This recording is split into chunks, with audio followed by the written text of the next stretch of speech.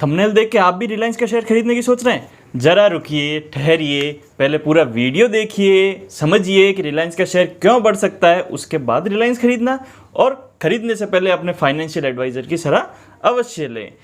Hello and welcome, मैं अमर सिंह टाक स्वागत करता हूं आपका आपके अपने यूट्यूब चैनल मार्केट शाइन में। आज हम बात करेंगे रिलायंस के टारगेट की।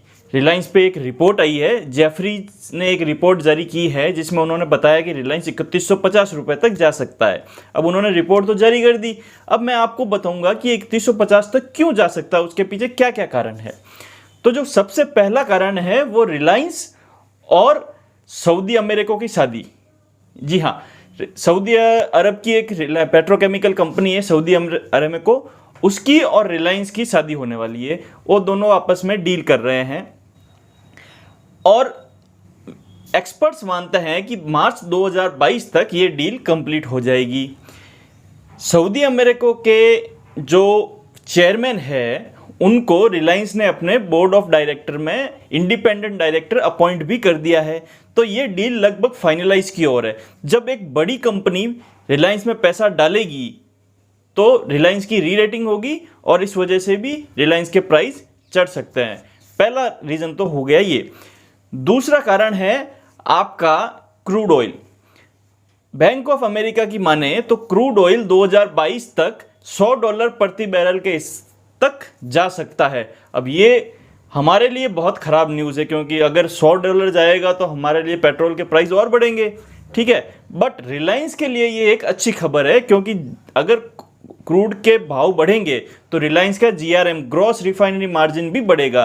तो ये एक भी पॉइंट है जिसकी वजह से भी रिलायंस का शेयर बढ़ सकता है अगर क्रूड ऑयल के प्राइस ऊपर की ओर जाते हैं तो। तीसरा जो हमारा पॉइंट है वो है जियो का IPO। जियो का IPO रिलायंस 2020 में लाने वाला था, उसको अब उसने एक्सटेंड कर दिया। अब 2021 में कभी भी रिलायंस का IPO रिलायंस जियो अपना IPO लॉन्च कर सकती है। और इस IPO से रिलायंस तकरीबन $20 मिलियन, अगर भारतीय रुपए में बात करें तो 14 से 15 हज़ार करोड़ रुपए ये IPO के जरिए रिलायंस पैसा जुटाएगी। तो इस वजह से भी रिलायंस का आगे बढ़ने का चांसेस है और रिलायंस का भाव ऊपर जा सकता है। चौथा जो कारण है कि अभी जो रिलायंस की AGM हुई है उसमें रिलायंस ने 75,000 करोड़ रिन्यूएबल एनर्जी यानी इलेक्ट्रिक व्हीकल और बैटरी बनाने में इसमें इन्वेस्ट करने का प्लान किया है, जो कि ये एक बहुत ही अच्छा दर्शाता है रिलायंस की बैलेंस शीट्स को कि रिलायंस के पास पैसा है, रिलायंस और ज़्यादा नए सेक्टर्स में इन्वेस्ट करेगी। अब जो आने वाला सेक्टर है वो रिन्यूएबल एनर्जी का है और रिन्यूएबल एनर्जी में रिलायंस 75,000 करोड़ का इन्वेस्ट करेगी। उसके अलावा government of India renewable energy को PLI स्कीम्स के अंदर ला सकती है, जिससे रिलायंस को तकरीबन 18,000 करोड़ के सब्सिडी का फायदा होगा। तो ये भी एक पॉइंट है जिसमें रिलायंस आपको आगे की ओर ज़्यादा दिख सकता है। जो नेक्स्ट पॉइंट है वो है रिलायंस रिटेल का।